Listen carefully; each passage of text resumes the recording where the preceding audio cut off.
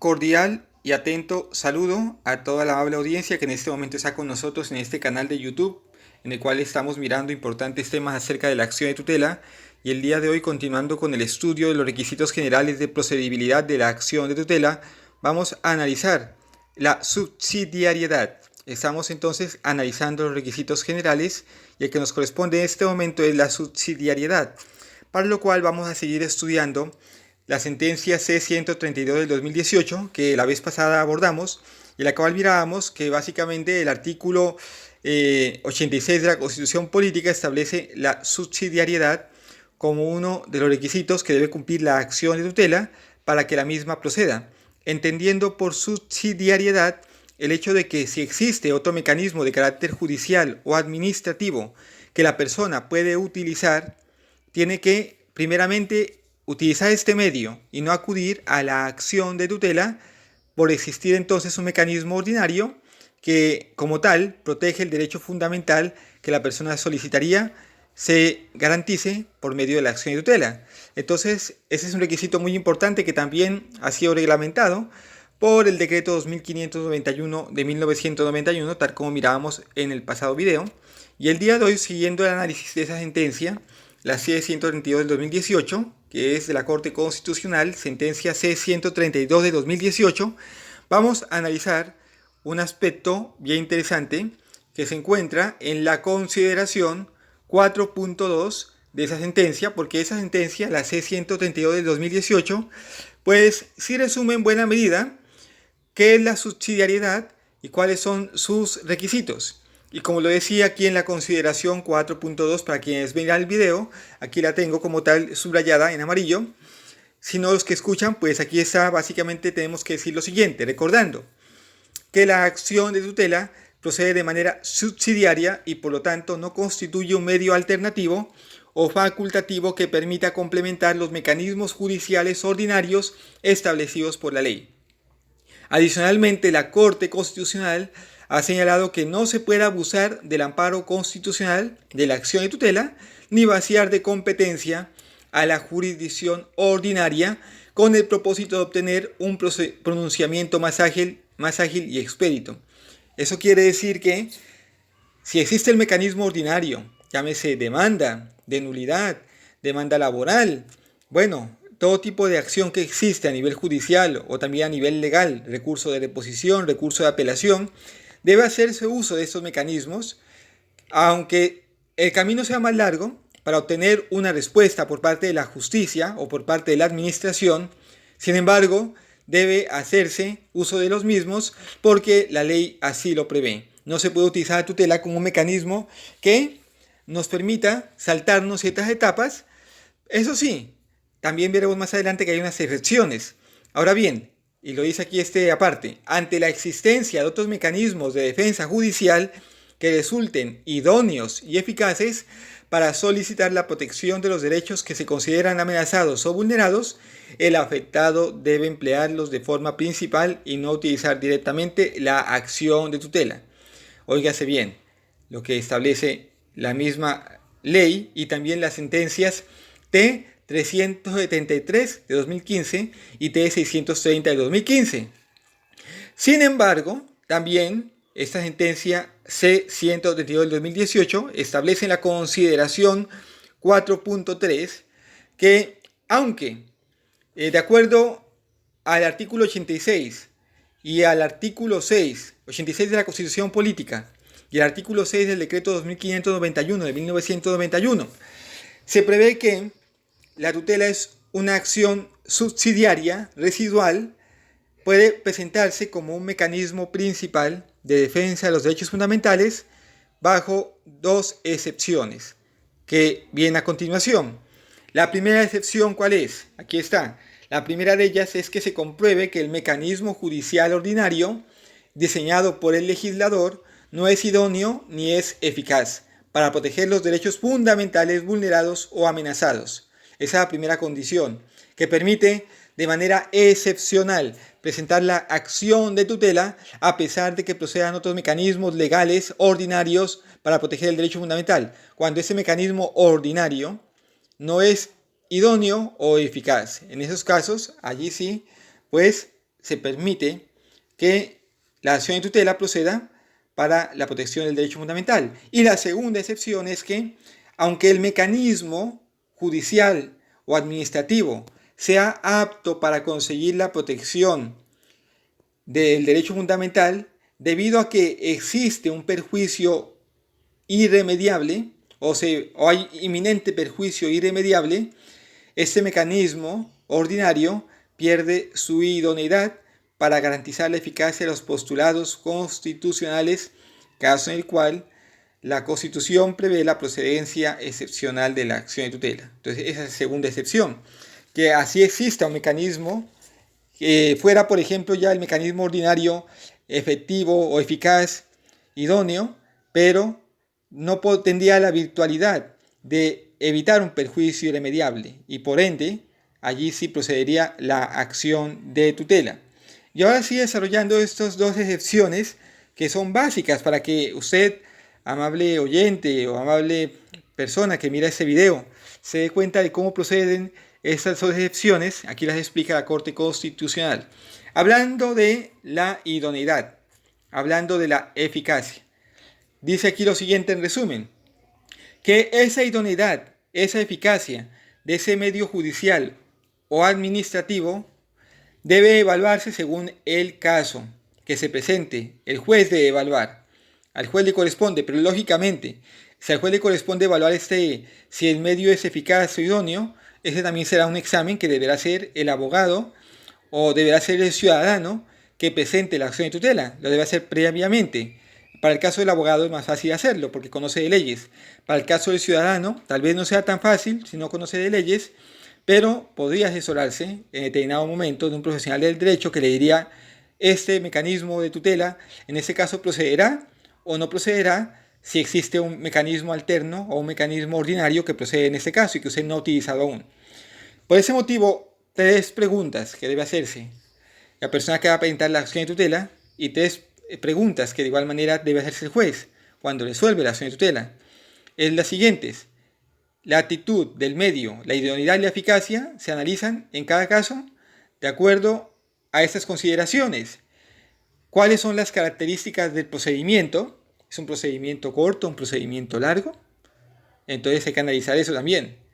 Por ejemplo, si una persona reclama pensiones y la ha reclamado durante 8 años por las vías ordinarias, pero pese a ello se han vulnerado sus derechos fundamentales y la persona, por ejemplo, tiene ya 80 años y dicen: usted tiene que seguir apelando la sentencia. Y el juez dice: pero yo ya he hecho muchas cosas, dice el ciudadano. Si yo presento la apelación, seguramente se puede tardar 2 años, 3 años. Yo acudo a la tutela porque veo que hay más garantías, porque además de eso ya me ha hecho tramitar muchos documentos y ya la vida se me va. Entonces puede ser que el juez diga: estamos ante un perjuicio o estamos en este momento ante una situación, un procedimiento ordinario bastante extenso, que si utiliza en este caso, pues va a hacer que la persona no dispute realmente el derecho fundamental, así ganara. Entonces podría ser una excepción. Debe evaluarse el procedimiento. También debe evaluarse la circunstancia del peticionario, evaluar, como decíamos, cuál es su edad, cuál es la necesidad que tiene. ¿Es una persona vulnerable? ¿Es una persona que tiene poco dinero? ¿Es una persona con necesidades? ¿Tiene enfermedades? ¿Es una persona que no puede valerse por sí misma? ¿Es un niño? Todo eso también se tiene en cuenta para evaluar si el perjuicio sería si el medio judicial es ordinario o eficaz. Este medio ordinario pues es eficaz, idóneo. La otra pregunta es: ¿cuál es el derecho fundamental involucrado? ¿Es simplemente un derecho que es de corte fundamental, pero realmente no afecta el núcleo esencial de un derecho? Por ejemplo, alguien puede decir, si es un trámite, por ejemplo, el derecho a la información. El derecho a la información es un derecho importante y es fundamental, pero quizá bajo ciertas circunstancias ese derecho no tenga la relevancia que puede tener el derecho a la salud, el derecho a la vida, el derecho a la libertad, que son derechos que quizá bajo ciertas circunstancias son fundamentales todos, pero más importante el derecho a la vida, a la salud, que el derecho a la información o a la libertad de expresión. Entonces, eso también es un juicio que el juez debe evaluar de acuerdo al asunto. Entonces pregunta entonces, y la retomamos: las características del procedimiento, las circunstancias en que se encuentra el peticionario y también el derecho fundamental involucrado. Y aquí da la conclusión. En suma, la acción judicial ordinaria es considerada idónea y eficaz, o idónea dice aquí, cuando es materialmente apta para producir el efecto protector de los derechos fundamentales. Y es eficaz cuando está diseñada para brindar una protección oportuna a los derechos amenazados o vulnerados. Entonces, aquí la concluye. Idoneidad sería que sí, efectivamente protege el derecho fundamental, y eficacia tiene que ver con el tiempo, que va a garantizar esa protección, pero de manera oportuna, para que podamos entender qué es la idoneidad, qué es la eficacia. Con esos términos, idoneidad, entonces que sí produce el efecto que se desea, y eficacia, según esos términos que están aquí en la Corte Constitucional, en su jurisprudencia, sería la oportunidad, que la protección del derecho fundamental es oportuno. Y ahora sí, porque pues recordemos que la acción de tutela es una acción que se resuelve en el término de 10 días hábiles. Debe ser un mecanismo expedito. Y por último aquí, miremos la segunda excepción, que es la ocurrencia de un perjuicio irremediable, que de acuerdo a la sentencia T225 de 1993, el inciso tercero del artículo 86, el perjuicio irremediable es aquel que se presenta cuando existe un menoscabo moral o material injustificado que es irreparable, debido a que el bien jurídicamente protegido se deteriora hasta el punto que ya no puede ser recuperado en su integridad. Y por ende, pues, el perjuicio irremediable se entiende que es aquel que solamente pudiera ser de alguna u otra manera subsanado, reparado con una indemnización económica, por ejemplo. Entonces, ese sería el perjuicio irremediable. Si estamos en esas circunstancias, ante la circunstancia de que una persona va a sufrir un perjuicio de carácter irremediable, como sería, por ejemplo, la muerte de un familiar, a un ser querido no le quieren garantizar un tratamiento, una cirugía, un medicamento, y de él depende su vida, y por no garantizarlo, esa persona muere. ¿Qué tiene que hacer allí entonces aquel ciudadano familiar de esa víctima que acaba de fallecer? Pues tendría que demandar al Estado, demandar al particular que no quiso garantizar el tratamiento. Y esa reparación, ese sería un perjuicio irremediable, porque ya solamente se podía reparar, subsanar con dinero, porque ya la vida se ha perdido. Entonces, si una persona se encuentra ante la inminencia de un perjuicio irremediable, procede la acción de tutela. Y aquí, en la sentencia C-122 del 2018, pues retomando diferentes jurisprudencias, porque como le digo, esa sentencia es una sentencia que retoma jurisprudencias también de la Corte Constitucional, hace un buen compendio, y dice que en ese sentido la Corte ha determinado que la acción de tutela, es la consideración 4.9, no procede como mecanismo principal para la protección de derechos fundamentales que resulten amenazados o vulnerados con ocasión de la expedición de actos administrativos. Es una situación aquí que se presenta, pero se podría acudir si existe un perjuicio irremediable y actuaría como un mecanismo transitorio, ¿no? O sea, quiere decir que la tutela eventualmente puede de alguna u otra manera hacer que una decisión tomada por la administración, en este caso, no se suspenda por un término de 4 meses, dice la ley, hasta tanto la persona ciudadano utilice los mecanismos ordinarios que debe utilizar para atacar ese acto administrativo que vulnera algún derecho fundamental. Pero es un mecanismo transitorio. Pero también en ciertas oportunidades la tutela puede actuar como un mecanismo que proteja de manera definitiva el derecho y que ya el juez diga: con esta decisión que yo tomo aquí, resolviendo la tutela, usted no necesita acudir a otro mecanismo que sea administrativo o a otra demanda, sino que yo aquí lo puedo remediar de manera definitiva. Pero como les dije, tiene que haber un perjuicio irremediable, que se configure un atentado, una vulneración, y que esa vulneración amenace con ocasionar un perjuicio irremediable a la persona. Y las características del perjuicio irremediable son las siguientes. Primero, que se esté ante un perjuicio inminente, que el perjuicio sea inminente, que esté próximo a suceder, lo que exige un grado suficiente de certeza respecto de los hechos y la causa del daño. Bien importante eso, es algo que se va a presentar ya. Pero óigase bien, tampoco queremos que se confunda el perjuicio irremediable con el daño consumado, porque si el daño está consumado, por ejemplo, alguien presenta una acción de tutela y ya la persona que tenía que ser objeto de tratamiento médico ha muerto, entonces ahí ya no procede la tutela, porque ¿qué derecho fundamental se va a proteger? Hay un daño consumado, eso miraremos más adelante, y esas circunstancias no las va a proteger el derecho a través de la acción de tutela, sino pues ya, como les dije yo, uno tendría que interponer una acción de carácter civil. ¿Por qué? Porque ya habría que pedir una reparación de perjuicios, pero no tiene nada que ver con la tutela. Entonces, esto es importante tenerlo en cuenta. El perjuicio inminente es aquel que va a producirse. Todavía no se ha producido, pero se va a producir.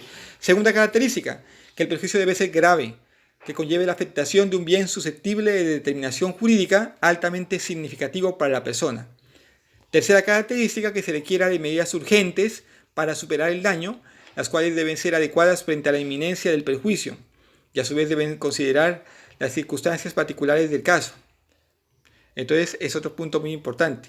Se requiera de medidas urgentes. Y la última característica, la cuarta, es que las medidas de protección deben ser impostergables, lo que significa que deben responder a condiciones de oportunidad y eficacia que eviten la consumación del daño irreparable. O sea, que sea urgente y que no se puedan postergar en el tiempo. Si se reúnen esas cuatro características, estamos ante un perjuicio irremediable y por ende procede la acción de tutela. Entonces, aquí como conclusión de este video, queremos ver que, si bien es cierto, la acción de tutela no está llamada a suplir los mecanismos legales que existen para proteger un derecho que también se considera fundamental, existen acciones ordinarias, también existen unas excepciones y por ende hay que hacer un estudio juicioso y la enunciación a título de ejemplo de los elementos a considerar en cada caso concreto demuestra que la subsidiariedad de la acción de tutela es un principio que se actualiza con las realidades y las circunstancias vividas por las personas afectadas en sus derechos fundamentales, por lo que resulta imposible elaborar un listado taxativo de eventos en los cuales la acción de tutela pueda ser ejercida. Entonces, no es que haya un listado que diga en esos casos el perjuicio irremediable, en esos casos el mecanismo ordinario es idóneo y eficaz, eso no lo determina la ley, pero el juez y el abogado que va a presentar la tutela tendrán que evaluarlo a la luz de las circunstancias concretas en que se encuentre el accionante, a la luz del procedimiento que exista y a la luz también del derecho que se vaya a defender o amparar con la acción de tutela. Todo eso hay que tenerlo en cuenta. Yo quería hacer esas consideraciones, les agradezco mucho por su tiempo y estar aquí con nosotros en este video.